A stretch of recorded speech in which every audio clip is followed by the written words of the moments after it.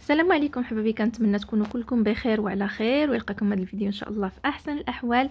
كاع الناس اللي كيشاهدوا هذا الفيديو نتمنى تدخل القناه وتشترك وتفعل الجرس باش يوصلك جميع الفيديوهات اللي كنحط. اول حاجه نبداو بها هي نصليو على سيدنا وحبيبنا رسول الله، اللهم صل وسلم وبارك على سيدنا محمد وعلى اله وصحبه وسلم اجمعين.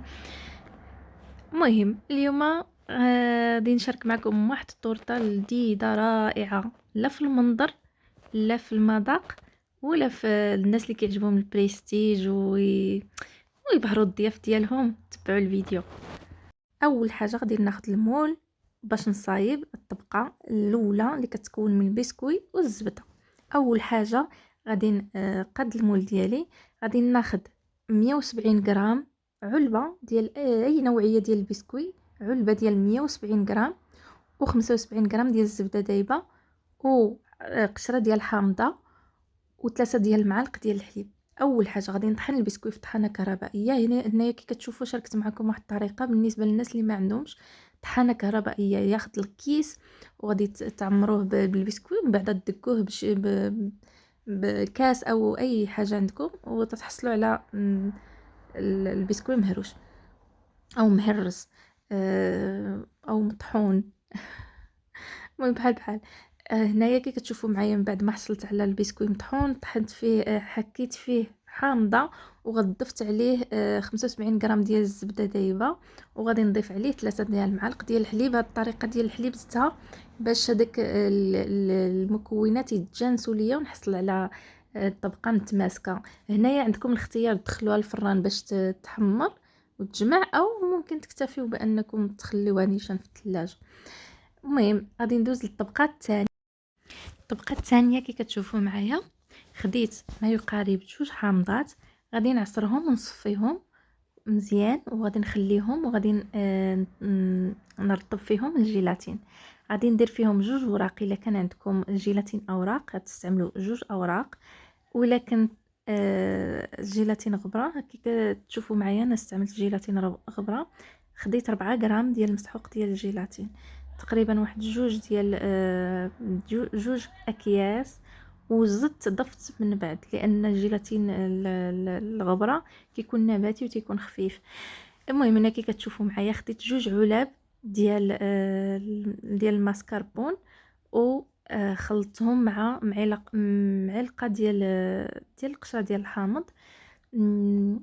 كل علبه فيها 200 غرام، يعني 400 غرام ديال الجبن الكريمي. ممكن استعمال عندنا في اي نوعيه من غير الماسكربون. هنا كي كتشوفوا معايا غادي نحاول من بعد ان ما ارتاح ليا داك الجيلاتين وطلق في داك العصير غادي نحاول ندخلو في شويه ديال الكميه ديال داك الجبن. غادي ناخذ منه واحد 2 معالق وغادي نحركو في اناء اخر حتى يتجانس ليا مع الجيلاتين، ومن بعد نبقى نضيفو بشويه بشويه داك البقيه ديال الجبن او الجبن اللي بقى ليا. غنبقى ندخلو بشويه بشويه حتى نحصل على باش ما يتكورش ليا. الا دخلتيه في دقه واحده غادي يبقى يتكور لك، داكشي علاش غتبقاي تدخليه بشويه معلقه وحركي معلقه وحركي. ومن بعد غادي نخليه في الجانب وغادي ندوز نصايب الكريمه. هنا كي كتشوفوا معايا غادي ناخذ واحد الاناء، غادي نضيف ليه 200 العلب ديال كل علبه، اسمحوا لي، كل علبه فيها 200 مليلتر ديال الكريمه ديال الخفق. غادي ناخذ 2 علب كل علبه فيها 200، هي 400 مليلتر ديال الكريمه السائله ديال الخفق. غادي نطربها مزيان مع السكر، غادي نطربها حتى نحصل على كريمه متماسكه، وغادي نخلطها مع الجبن. من بعد ما طربت هذيك الكريمه طلعت ليا غادي نخلطها مع داك الجبن اللي كان عندي مع الجيلاتين. غادي نحاول نحركهم بشويه بشويه حتى يتجانسوا ليا، ومن بعد غادي نضيفهم الطبقه ديال البسكوي كي كتشوفوا معايا في الفيديو. ومن بعد غادي نضف بواحد الكلينكس او بسميتو، غادي نضف داك الجوانب باش يبقى ليا الجانب نقي. غادي ندخلها للثلاجة، وهنايا غادي ندوز نصايب هذيك الطبقة ديال الحامض اللي كتكون الفوق الأخيرة باش نزين بها ديك التورته. غادي ناخذ العصير ديال الحامض، واحد كأس ديال العصير ديال الحامض غادي نصفيه، ومن بعد غادي نديرو في كاسرولة اللي غنديرو فوق النار، وغادي نضيف ليها السكر اللي كتكون واحد كاس ديال السكر باش نصايب السيرو. بحال السيرو غادي نصايب كاس ديال السكر تقريبا، وغادي نحركو، وغادي نضيف ليه ملون طبيعي، واحد ملعقه ولا نصف الراس ديال المعلقه ديال الملون طبيعي. ممكن استعمال العصير ديال الحامض. من الافضل، انا كنفضل نستعمل عصير الحامض الطبيعي، ما نستعملش عصير اللي كيتباع. هنايا غادي ناخذ اوراق ديال الجيلاتين، غادي نرطبهم في شويه ديال الماء، وهذاك العصير اللي كان مع السكر والملون غادي ندخلو فوق النار ونخليه تيسخن، ومن بعد غادي نصفي هذوك اوراق ديال الجيلاتين، وغادي نلوحهم في ديك الطبق، في ديك العصير ديال الحامض، ونبقى نحرك بالفوي مزيان مزيان ما حدو سخون باش يذوب ليا داك الجيلاتين كي كتشوفوا معايا في الفيديو. ومن بعد غادي نحاول نخليه حتى يبرد ويدفى، عاد نضيفو للطبقه الثانيه. عادي نضيفو الطبقه الثانيه ديال الجبن. كتشوفوا معايا خديت هنا حامضه، جوج حامضات غادي نقطعهم دوائر، وغادي نعسلهم في السكر، وغادي نخليهم تيبردوا. وهنايا ملي برد ليا داك العصير ديال الحامض مع الجيلاتين اللي شاركت معكم قبل، غادي نضيفوا الطورطه على الوجه ديالها، وغادي ندخلها للثلاجه ليله كامله، ومن بعد غادي ندوز نصايب الشونتي باش نزين الطورطه. وهنا النهايه ديال الطورطه غادي نزينها بديك كريمه الشونتي والدوائر ديال الحامض اللي عسلتهم في السكر، و البسكوي حتى هو. نتمنى تنال الاعجاب ديالكم، علاش لا، وتخليو لي الاراء ديالكم ولي كومونتير الا جربتوها. وشكرا لكم على المشاهده.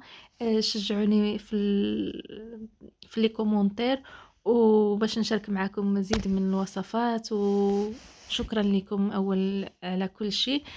نخليكم في امان الله. وليخشى الذين لو تركوا من خلفهم ذرية ضعافا خافوا عليهم فليتقوا الله وليقولوا قولا سديدا. من بعدك لا تسأل عن ولدك، لأن الله سبحانه وتعالى سيكفله ورزقه معه. لما المرأة التي كان زوجها يبكي وهو في حال مرضه، فقالت له: لما تبكي يا عبد الله؟ قال لها: أخاف عليكم من بعدي أن لا تجدوا ما تأكلون، ستكونون في حالة، لأنه كان هو رب البيت الذي يأتي بالغداء والعشاء والقوت والكساء. فقال لها: أخاف عليكم من بعدي. فقالت له: يا عبد الله، أنا عرفتك أكالا وما عرفتك رزاقا، أنت معنا، الرزق الذي يأتي تأكله معنا، والرزق من الله تعالى وليس منك. أنا عرفتك أكالا وما عرفتك رزاقا، لأن الرزاق هو الله، وما من دابة في الأرض إلا على الله رزقها ويعلم مستقرها ومستودعها، كل في كتاب مبين. الله تعالى جعل الرزق معلوما معروفا لا يمكنه أبدا أن يخطئ صاحبه. توخى إلى الرزق أسبابه ولا تشغلن به بالك، فإن كنت تجهل عنوانه فرزقك يعرف عنوانك، سوف لن يخطئك، سوف يأتي يدق عليك بابك، ولن تموت نفس حتى تستكمل رزقها. هذا الله تعالى حكم بهذا قدرا أزلا، وهو العادل مع البشر في طمأنينة. يعلم، قال كما قال